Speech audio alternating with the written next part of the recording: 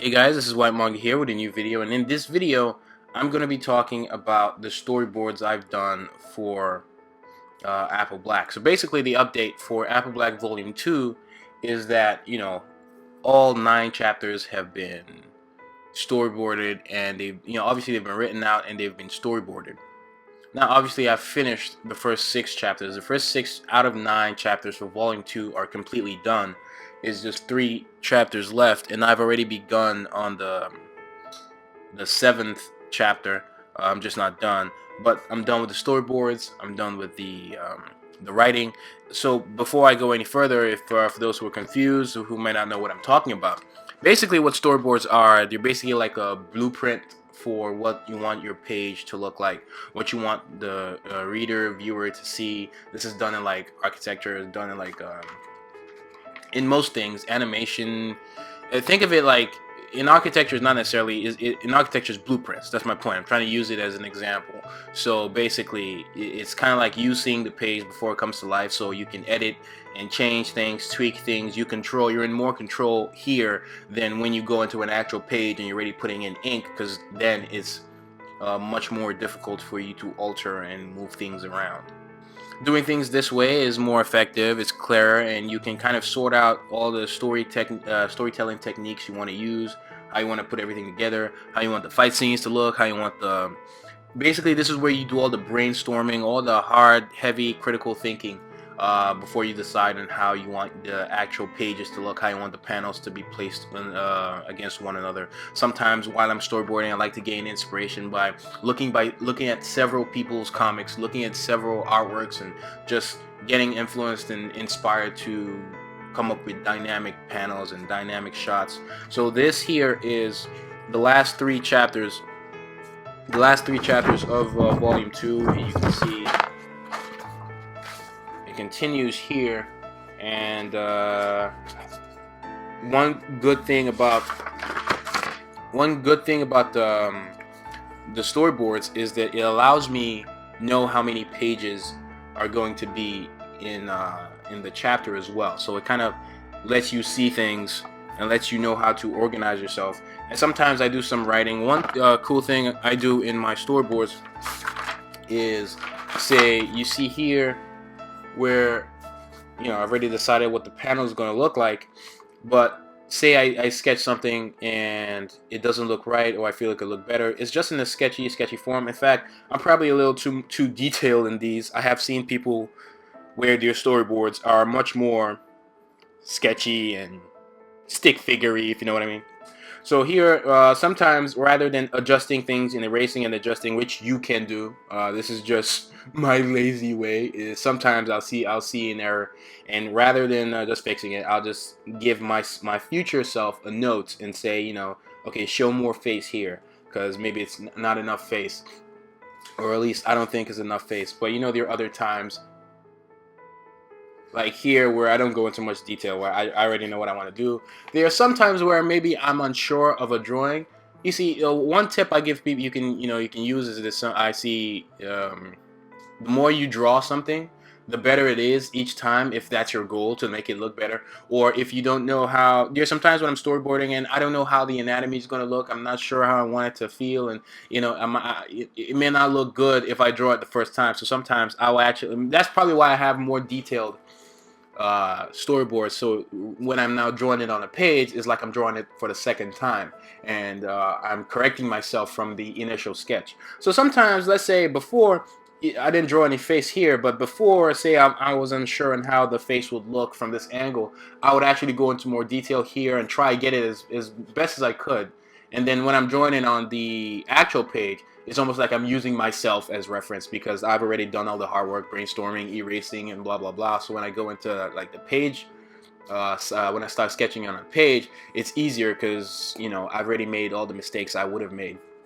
Here, I already know how the face looks, or the face would look, so there's not that much detail. Another thing is, it allows me to know where the speech bubbles are going to be, so I know where to focus my artwork, and I know the things to draw and the things not to draw. Usually when I'm drawing pages, I already, when I get the page itself, I already put the text bubble, the speech bubble, text bubble, speech balloon. It has several names, but the place where you put the text.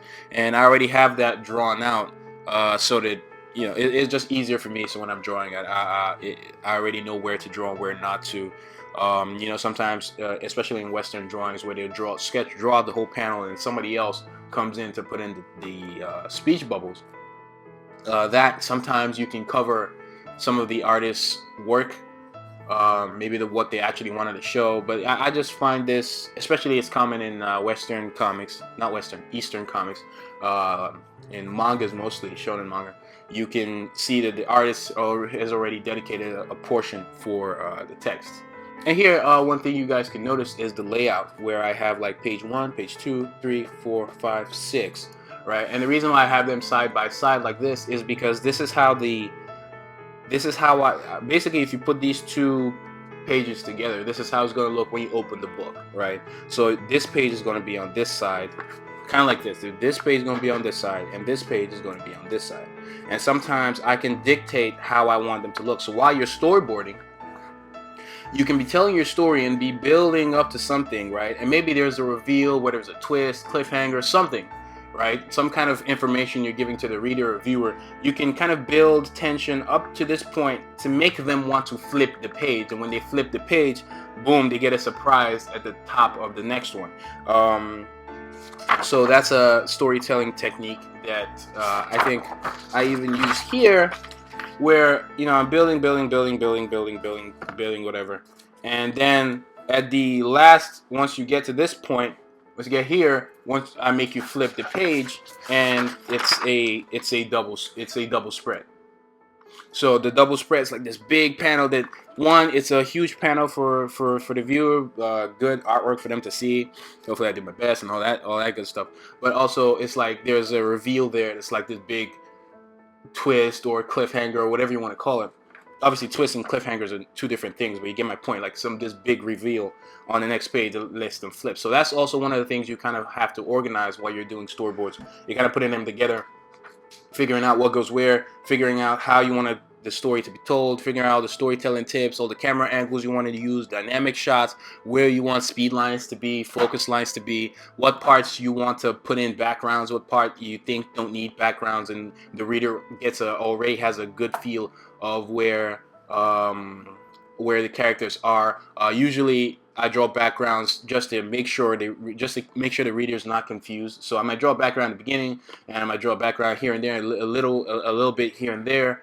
But sometimes I wouldn't if the readers know where the character is. And then when I feel like I haven't drawn enough backgrounds in a while, so just so the reader, if the characters were walking, just so if the background has changed, the scenery has changed a little bit, and I put backgrounds again, just to, it's almost like leaving a trail of breadcrumbs a little bit.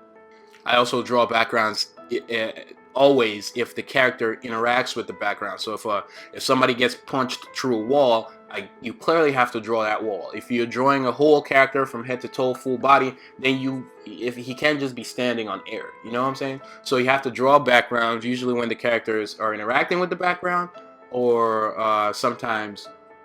And this is my style. There are people that draw backgrounds always, right? And there are people that barely draw any backgrounds.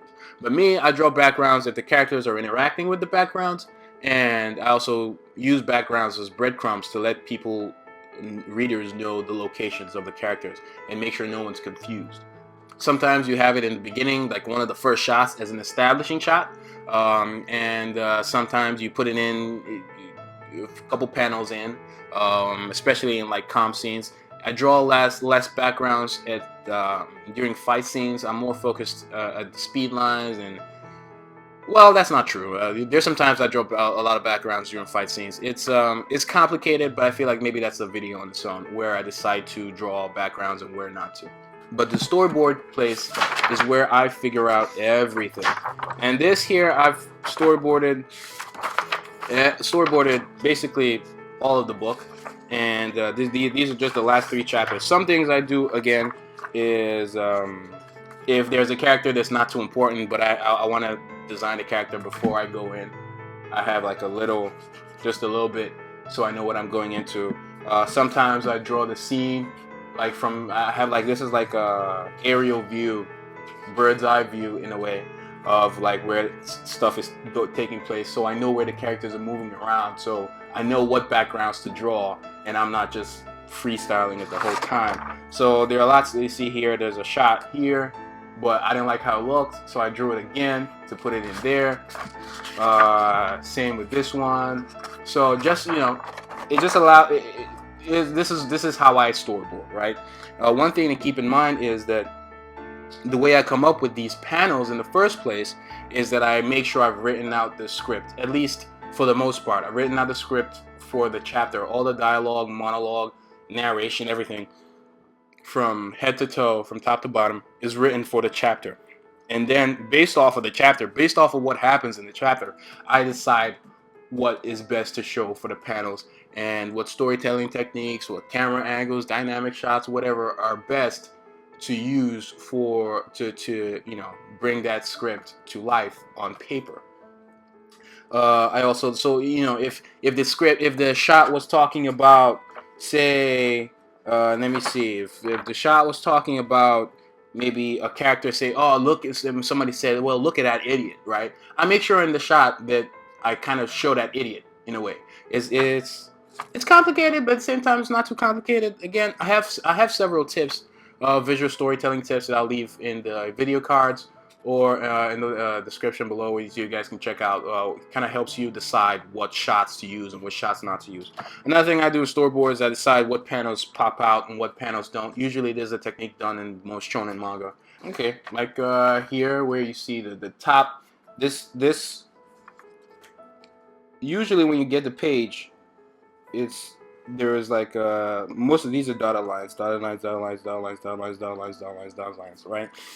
But sometimes I have the panels pop out to the edges for like more impact. It just brings it more to life and stuff like that. Again, I mostly do that when I reveal. There's like a big reveal, so I pop out that panel.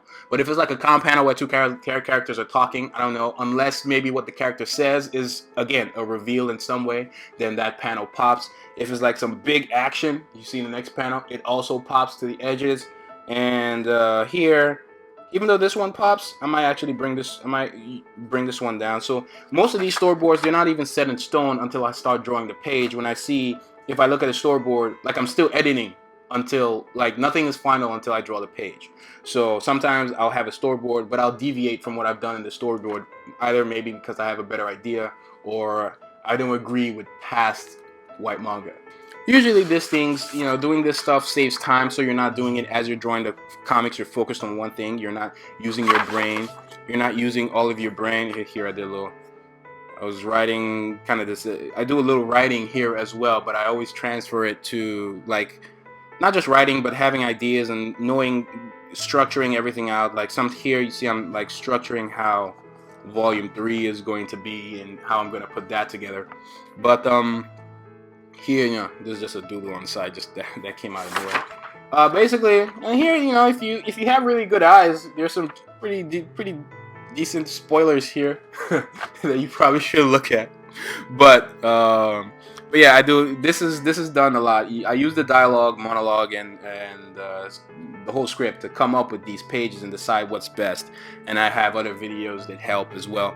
And you know, sometimes the things I draw, like, even though I come up with the script and then I come into storyboard phase, there are times where I would kind of base off me, if I draw something that would affect the script. So the script as well is still being edited real time even while I'm storyboarding. So if I come up with a better idea because of the storyboard, I'll go change that as well. But I make sure I have the script to start off with completely written out, the first draft. Maybe I'll edit it again for a second draft, and then I come into the pages and make sure the dialogue is right and all that, and before I get here. And sometimes when I'm doing things here, it goes vice versa, where I change things on the script. So I'm mostly in the dialogue, and I change things in the dialogue if I have a better idea. This is done in animation. This is done in, you know, basically everything. It's like you wouldn't go build a building without a plan, you know, and that's what this is. This is your plan. Sometimes storyboards are called thumbnails, or in this case, they're kind of like more thumbnails than anything, but thumbnails or names.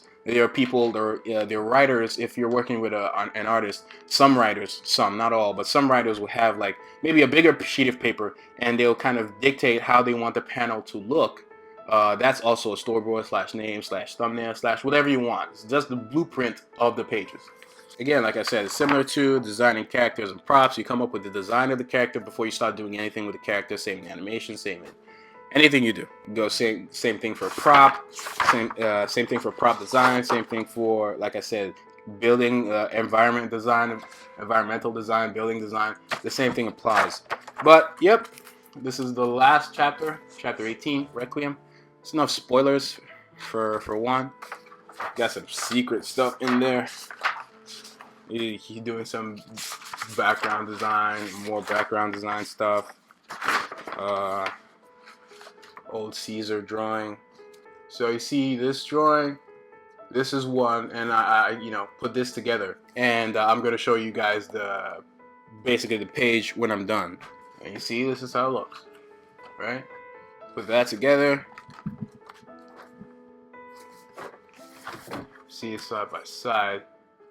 You see here you have Weworth with an open hand in a way, but I kind of changed that to a fist. Just little tweaks here and there. And this is an example. I'll show another one. Here's one where you can't really see it because the pencil is kind of like fading away a little bit. But here's one, and you can see his headshot and stuff like that. And here you go.